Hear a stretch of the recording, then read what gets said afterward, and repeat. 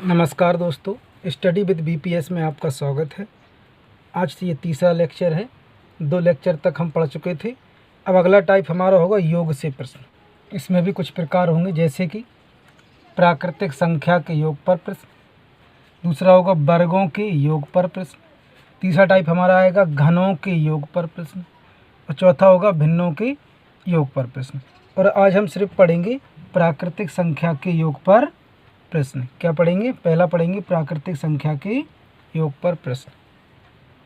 देखेंगे हम कि जब संख्या नियमित अंतराल में हो, यानी कि संख्या कैसी हो? समांतर श्रेणी में हो, यानी कि प्राकृतिक संख्या के योग पर प्रश्न पढ़ेंगे। उसमें पहला तरीका हमारा ये होगा, पहला टाइप हमारा ये होगा कि जब संख्या नियमित अंतराल में हो। और इसमें भी 2 तरीके से प्रश्न बनते हैं। पहला तरीका होगा जब योग ज्ञात करना हो, दूसरा तरीका में होगा कि जब योगफल दिया हो और संख्या बताना हो। यानी कि यहाँ इस वाले में संख्याएं दी होंगी, उसका हमें योगफल बताना होगा। इसमें क्या होगा कि योगफल दिया होगा और कोई एक संख्या आपसे पूछ लेगा। चलिए पहले हम देखते हैं जब योग ज्ञात हो। पहला प्रश्न देखते हैं। चलिए पहला प्रश्न कह रहा है कि प्रथम 130 क्रमागत प्राकृतिक संख्याओं का योगफल ज्ञात कीजिए। उन्होंने कहा है कि प्रथम 130 मतलब 1 धन 2 धन 3 धन डॉट डॉट डॉट कहाँ तक? उन्होंने कहा 130 तक। अब इससे पहले क्या बताया गया था कि प्राकृतिक संख्याओं के योग पर कि जब संख्या नियमित अंतराल पर हो। कैसी हो? जब संख्या नियमित अंतराल पर, यानी कि संख्याओं के अंतर जो हो वो कैसे हो? एक जैसे हो। यानी देखो 1 2 3 4, यानी कि सभी संख्याओं में 1 1 का अंतर है। यानी कि ये 1 में 1 जुड़ गया 2, 2 में जुड़ेगा 3, 3 से 4, यानी कि सभी संख्याओं के बीच में 1 का अंतर है। जब भी ऐसा प्रश्न आए कि संख्याओं के बीच का अंतराल एक जैसा हो, 1 का हो चाहे 2 का हो चाहे 4 का हो, यानी कि अंतराल एक जैसा होना चाहिए, तो वहाँ पर हम कौन सा सूत्र लगाएंगे? प्रथम पद प्लस अंतिम पद। हमें ये ध्यान रखना है कि ये वाला सूत्र सिर्फ कहाँ लगाएंगे हम? जब संख्याओं का अंतराल, यानी कि संख्याएं जो दी हो समांतर श्रेणी में हो। कैसी हो? समांतर श्रेणी का मतलब होता है कि संख्याओं के बीच का अंतर सभी जगह कैसा होना चाहिए? एक जैसा। और गुणा यहाँ पर कुल पद होना चाहिए। इस सूत्र का प्रयोग कर देंगे हम। बात समझें कि जब भी प्रश्न में ऐसा दिया हो कि जो संख्या दी है उनमें अंतराल कैसा होना चाहिए? एक जैसा। जैसे इन दोनों संख्या की बात करें तो अंतर कितना है? 1 का। इन दोनों संख्या की बात करेंगे अंतर कितना होगा? 1 का। ऐसे ही आगे जो संख्याएं चलती जाएंगी उनका भी अंतर कितना होना चाहिए? 1 1 होना चाहिए। यानी कि जब जितने भी प्रश्न होंगे सभी का अंतर कैसा होना चाहिए? समान। चाहे वो 2 हो, चाहे वो 5 हो, चाहे वो 10 हो, चाहे वो कितना भी हो, अंतर कैसा होना चाहिए? समान। तब हम कौन सा सूत्र लगाएंगे? ये लगाएंगे। योग के लिए कौन सा सूत्र लगाएंगे? ये वाला कि प्रथम पद धन अंतिम पद बटे 2 और कुल पद। यानी यहाँ पर प्रथम पद कितना है? 1 है तो 1 रख देंगे, प्लस अंतिम पद कितना है? 130 है, यहाँ रख देंगे, बटे 2 कर देंगे। कुल पद कितने हैं? जब 1 से शुरू हो रहा पद 130 तक जा रहा तो 130 ही पद होंगे, तो 130 से क्या कर देंगे? गुणा कर देंगे। अब इसको हल कर लो। 130 में 1 जोड़ देंगे, 131 बटे 2 हो जाएगा, गुणा 130 हो जाएगा। अब इसको 2 से काट देंगे, 2 एकम 2 से 2 छक 12, 1 बचा 2 पंचे 10, 65। और जब हम 31 में 65 से गुणा करेंगे, 131 का 65 में जब हम गुणा करेंगे तो हमारा आंसर आएगा 8515। कितना आएगा? 8515। करके देख लेना। तो ये हमारा क्या आ गया? आंसर हो गया। बात समझ में आ गई होगी। चलिए अगला प्रश्न क्या है? अगला प्रश्न लिखा है 76 धन 77 धन 78 धन धन धन डॉट डॉट डॉट 190 तक। यानी कि संख्या हमारी दी है 76 77 78, कहाँ तक गई है? 190 तक। तो यानी कि अभी हमने क्या बताया था कि यहाँ पर हमें ये देखना है कि संख्याओं का अंतराल कैसा होना चाहिए? 1 1। इसका मतलब ये नहीं संख्याएं कहीं से भी शुरू हो सकती हैं, चाहे 1 से हो, चाहे कहीं बीच से हो, चाहे जहाँ से हो। सिर्फ हमें क्या देखना है कि संख्याओं का जो अंतर हो। यदि संख्याओं का अंतर सभी जगह अगर एक जैसा है तो हम कौन सा सूत्र लगाएंगे? प्रथम पद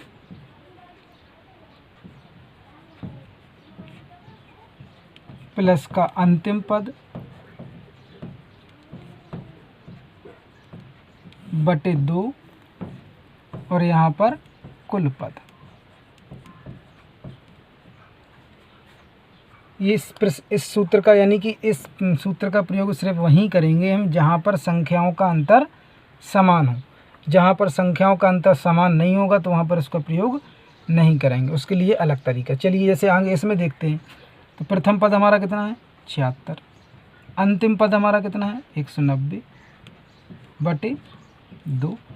अब यहाँ पर समस्या ये आती कुल पद, तो कुल पद यहाँ पर 190 नहीं है, क्योंकि यदि अगर यानी प्रश्न की शुरुआत यदि 1 से होती और क्रमवार चली जाती तब तो 190 होते, लेकिन यहाँ पर शुरुआत कहाँ से हुई है 76 तक। तो हम देखो यहाँ पर एक नॉर्मल तरीका से देख सकते हैं।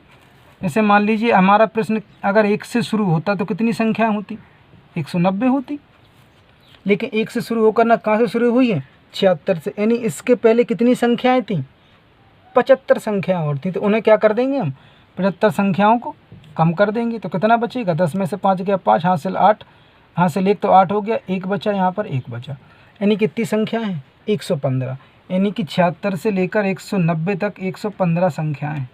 बात समझ में आ गई। अब हम क्या कर देंगे, इनको जोड़ देंगे, यहाँ पर इनको जोड़ दो तो 76 जोड़ेंगे 6 0 6 9 7 16 की 6, हासिल लगाई 1, 266/2 गुणा 115। जब इसको काटेंगे 2 एकम 2, 2 एकम 2, 2 तिया 6, 2 तिया 6, यानी कि 133 गुणा 115। जब हम इसका गुणा करेंगे तो हमारा गुणा कितना आएगा 15,295। गुणा आप कर लेना, ठीक है। चलिए तो ये हमारा क्या आ गया, आंसर आ गया। हमें सिर्फ इतना देखना है कि जब भी कोई प्रश्न दिया हो उस प्रश्न के यदि संख्याओं का अंतराल यानी कि सीधी सी जो श्रेणी दी हो वो समांतर श्रेणी होना चाहिए। कैसी होना चाहिए, समांतर श्रेणी का मतलब होता है कि संख्याओं का अंतर एक जैसा होगा। जैसे मान लीजिए संख्या लिखी, आगे ऐसे भी हो सकता है 5 10 15 20 चले गए आगे, यानी कहने का मतलब इन संख्याओं का अंतर एक जैसा। देखो यहाँ पर इन दोनों के बीच में 5 का अंतर है, इन दोनों के बीच में 5 का अंतर है, इन दोनों के बीच में 5 का अंतर है, यानी कि दो क्रमागत संख्याओं के बीच में यदि अंतर समान है तो वो क्या कहलाती है, हमारी समांतर श्रेणी कहलाती है। तो वो अगर ऐसी श्रेणी हमें दी है या ऐसा प्रश्न हमें दिया है तो वहाँ पर हमें क्या करना है, इस सूत्र का योग करना है, यानी कि अगर योग निकालना होगा तो इस सूत्र का क्या करेंगे हम, प्रयोग करेंगे। प्रथम पद धन अंतिम पद बटे 2 और कुल पद। अब हमें सिर्फ याद रखना है कि प्रथम और अंतिम पद तो आप आसानी से रख सकते हैं, लेकिन कहीं कहीं प्रॉब्लम कहाँ आएगी, कुल पद में। तो जल्दबाजी में ऐसा मत कर देना कि जो लास्ट अंतिम पद है उसी को आपने कुल पद मान लिया। अब हमें देखना यहाँ पर ये है कि ये संख्या स्टार्टिंग कहाँ से हो रही है। स्टार्टिंग हमारी हो रही है कहाँ से 76 से, लेकिन वो भी क्रमवार चली जा रही है एक एक करके। तो यानी कहने का मतलब है एक एक का अंतर है, यानी कहने का मतलब यदि यही चीज़ 1 से शुरू होती है 190 तक जाए तो 190 संख्याएँ होती, लेकिन ये शुरू कहाँ से हुई है 76 तक। जब 76 से शुरू हुई तो इसका मतलब इसके पहले कितनी संख्याएँ रही होंगी 75 रही होंगी। तो उस 75 संख्याओं क्या कर दिया हमने कम, तो कितनी बचेगा 115। तो जब 115 तो ये कुल पद होगा, इसको हमने हल कर दिया, हमारा ये आंसर आ गया। अभी आगे प्रश्न चलते हैं और अच्छे समझ में आएगा। चलिए अगला प्रश्न, ये रहा अगला प्रश्न। अगला प्रश्न लिखा है 1 - 2 + 3 - 4 - 5 + 5 - 6 ... + 99 - 100, यानी कि 1 ऋण 2 धन 3 ऋण 4 धन 5 ऋण 6, यानी कहने का मतलब है जुड़ भी रहे हैं और घट भी रहे हैं। जब भी इस तरीके का प्रश्न दिया हो तो आप तुरंत समझ जाएं कि इस वाले प्रश्न में द्विआधारी प्रक्रिया, यानी कि इस प्रश्न में डबल प्रश्न है। कैसे है, डबल प्रश्न है, यानी डबल तरीके से हल करना पड़ेगा।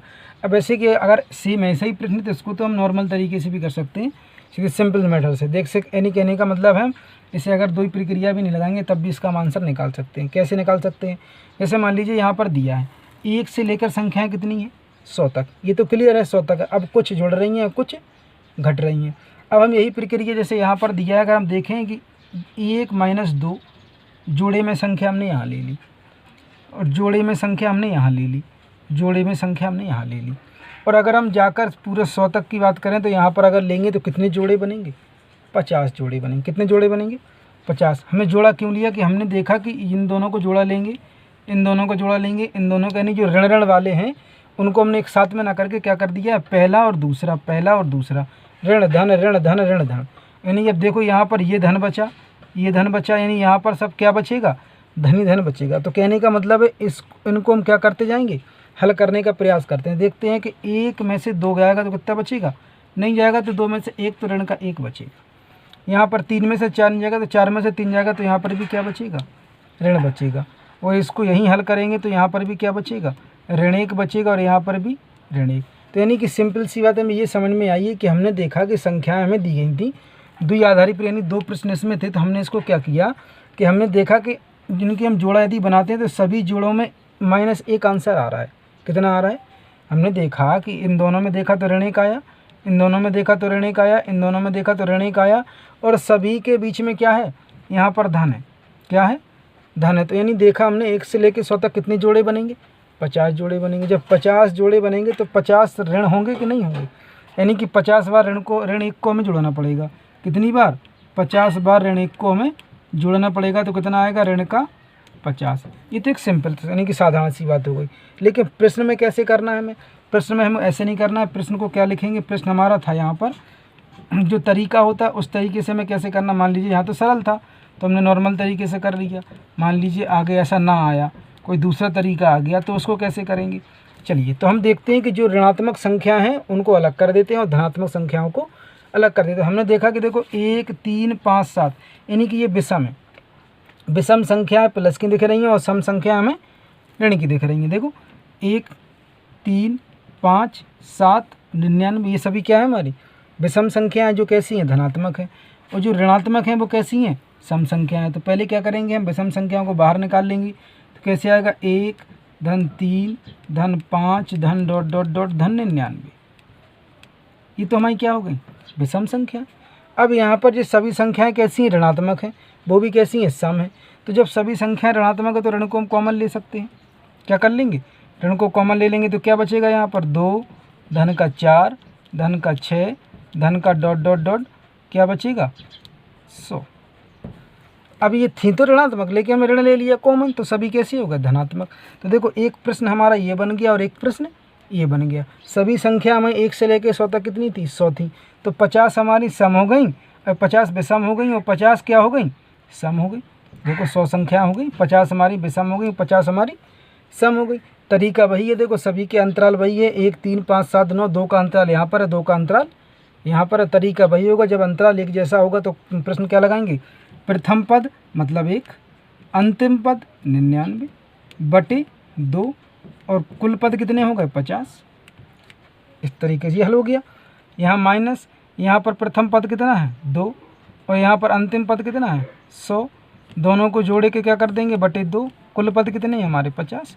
वही जो इससे पहले किया था। अब तरीका ये कि इसको यहाँ कर लेंगे, इसको यहाँ कर लेंगे, घटा देंगे।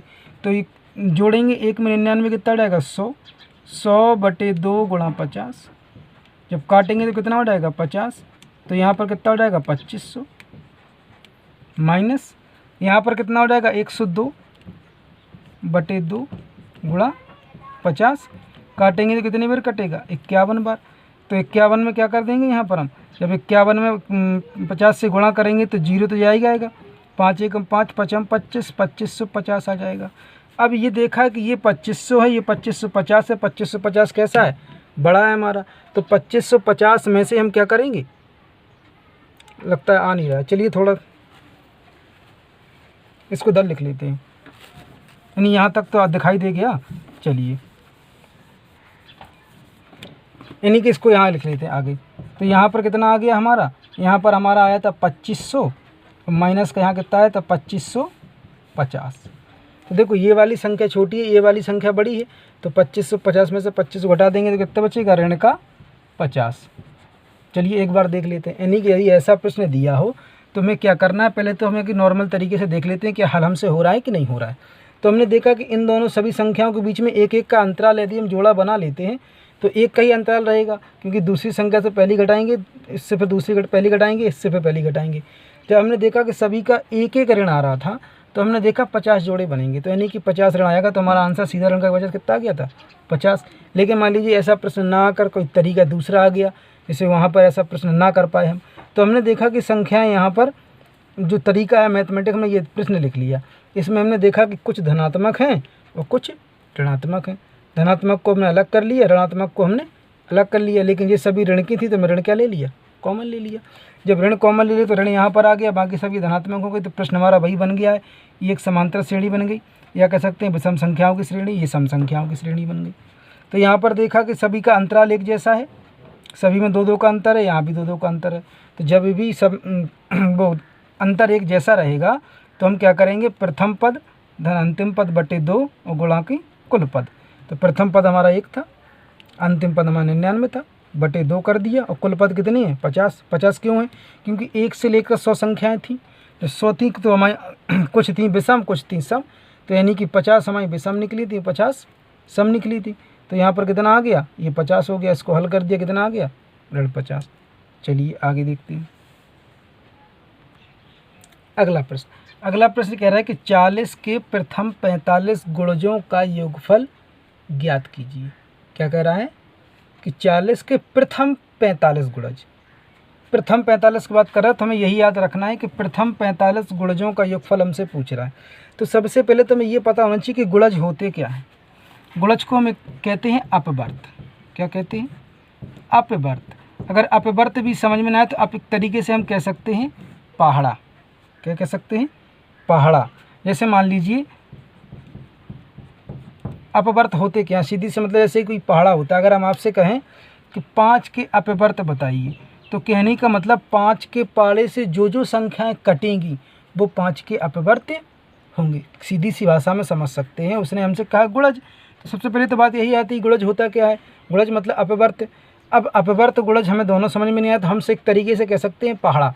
यानी कि जैसे अगर हम आपसे पूछें कि 5 के गुणज बताइए, तो सीधी से हम कह सकते हैं कि 5 के पाड़े से कटने वाली सभी संख्याएं गुणज की होंगी। 5 की क्या होंगी, 5 की गुणज होंगी। लेकिन अगर यहीं पर कहते हैं 5 की प्रथम 5 गुणज कहेंगे तो 5 बेर पाड़ा पढ़ देंगे। 5 दूनी 10, 5 तिया 15, 5 को 20 और 5 25, यानी ये 5 के प्रथम 5 गुणज हैं।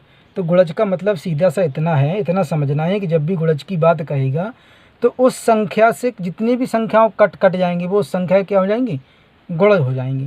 जैसे कि यहाँ पर उन्होंने कहा है कि 40 के प्रथम 45 गुणज, तो कहने का मतलब है तो 40 ये लिखा है, हमें 40 के क्या लिखने हैं, गुणज लिखने, वो भी कितने 45। तो अगर हम प्रथम की बात करें तो 1 से गुणा करेंगे तो 40 है कम 40। अगर दूसरा गुणज की बात करेंगे तो दूसरा गुणज क्या होगा हमारा 40 गुणा 2, यानी कि 40 दूनी 80। अगर तीसरे गुणज की बात करेंगे तो 3 से क्या कर देंगे, 3 का गुणा, तो 4 तिया 12। लेकिन कितने गुणज की बात कर रहा है वो, 45 गुणज की। तो हम क्या करेंगे 40 में किससे गुणा कर देंगे, 40 में कर देंगे 45 से गुणा, तो 0 है तो 0 आ जाएगा। 4 पंचे 20, 4 चौक 16, 2 18, यानी कि 45 में गुणज हमारा कितना होगा 1800। तो इस तरीके से श्रेणी हमारी क्या बन जाएगी, प्रथम गुणज 40, द्वितीय गुणज 80, तृतीय गुणज 120 और हमारा 45वां गुणज जो है वो कितना हो जाएगा 1800। ये भी एक श्रेणी बन गई। देखो सभी के अंतर में क्या है, सभी का अंतर कितना है 40-40 का है, क्योंकि उन्हें 40 के गुणज की बात कही तो सभी का अंतर कितना हो गया 40। तो जब भी सबका अंतर समान होगा तो फिर से वही सूत्र लगाएंगे हम। प्रथम पद योग के लिए क्या लगाना है हमें, प्रथम पद कितना है 40, अंतिम पद कितना है हमारा 1800 बटे 2 कर देंगे। और कुल पद कितनी है, जितने उसके गुणज हैं उतने ही कुल पद हैं। देखो जब प्रथम पद हमारा 40 है और 45वां पद 1800 है तो 45 ही तो होंगे, क्योंकि उसने कह भी दिया प्रथम 45 गुणज, तो यही क्या हो जाएंगे हमारे कुल पद। तो कुल पद कितने हो गए 45 हो गए। जब इसको हल करेंगे तो 1840 बटे 2 हो जाएगा, गुणा कर देंगे 45 से। जब यहाँ करेंगे 2 नम्मा 18, 2 दूनी 4 और 0, यानी 920 गुणा कितना हो गया 45। जब 920 में 45 से गुणा करेंगे तो गुणा हमारा आएगा 41,400 कर लेना, ठीक है। देखो जब उसने क्या कहा था कि 40 के प्रथम 45 गुणजों का योगफल ज्ञात कीजिए, तो सबसे पहले बात हमारी क्या आई थी, गुणज क्या होते हैं। तो हमने गुणज क्या बताया, एक तरीके से हम कह सकते हैं पहाड़ा, यानी कि वे संख्याएं जो किसी पहाड़े से कटेंगे उस पहाड़े की गुणज होंगी। यानी से यहाँ पर फॉर एग्जांपल हमने कहा कि अगर 5 के गुणज की बात करें तो जितनी भी संख्या होंगी जो 5 से कटेंगी वो 5 की गुणज होंगी। तो सीधी सी बात हमें इतना समझना है कि जब भी हमसे ये कहे गुणज क्या होते हैं, तो यानी कि उस पहाड़े से कटने वाली सभी संख्याएं क्या कहलाएंगी, गुणज कहलाएंगी। तो वही चीज़ यहाँ पर आ गई। प्रथम गुणज की बात करें तो यानी कि पहला ये हो गया। द्वितीय गुणज की बात करेंगे 2 से गुणा कर देंगे तो ये हो गया। तृतीय गुणज की बात करेंगे तो 3 से गुणा कर दिए तो ये हो गया। अब कितने गुणज थे 45, 45 से गुणा कर दे कितना हो गया 1800। यही क्या हो गया हमारा अंतिम पद। सेम तरीका यही है। चलिए आगे देख, अगला प्रश्न ये रहा। इस प्रश्न में पूछ रहा है हमसे कि 37 धन 39 धन 41 धन डॉट डॉट डॉट धन 115 का मान ज्ञात कीजिए। यानी इस प्रश्न में देखना है हमें कि सबसे पहले कि इसकी श्रेणी है कि नहीं है। तो हमने देखा कि 37 39 41 इनके बीच में अंतर समान है, तो ये तो एक श्रेणी है। तो एक बात तो हमारी कन्फर्म हो गई कि हमें सूत्र कौन सा लगाना है योग के लिए, प्रथम पद 37, अंतिम पद 115/2 और यहाँ पर क्या होगा कुल पद। अब देखना कुल पद, अब यहाँ पर समस्या थोड़ी आने वाली है हल्की सी, वो भी ज़्यादा नहीं है। हमें क्या देखना है कि यहाँ पर कुल पद जब निकालना है तो संख्या हमारी 37 से शुरू हो रही, लेकिन सभी संख्याएं कैसी हैं, विषम संख्याएं, यानी कि इन संख्याओं के बीच में एक एक का क्या है अंतर है। यानी जब कुल पद समझ में ना आए तो हमें क्या करना है, समांतर श्रेणी का एक सूत्र होता है, अंतिम पद बराबर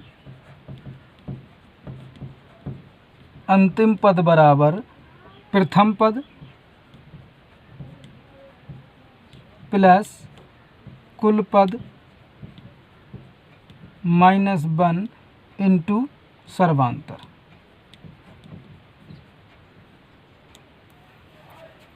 यानी कहने का मतलब है यहाँ पर अंतिम पद को L से L बराबर A plus n - 1 into D ऐसा पढ़ा होगा। तो यानी कि L जहाँ पर क्या है अंतिम पद है, A हमारा प्रथम पद है, n यहाँ पर कुल पद है, -1 और d यानी सार्वंतर।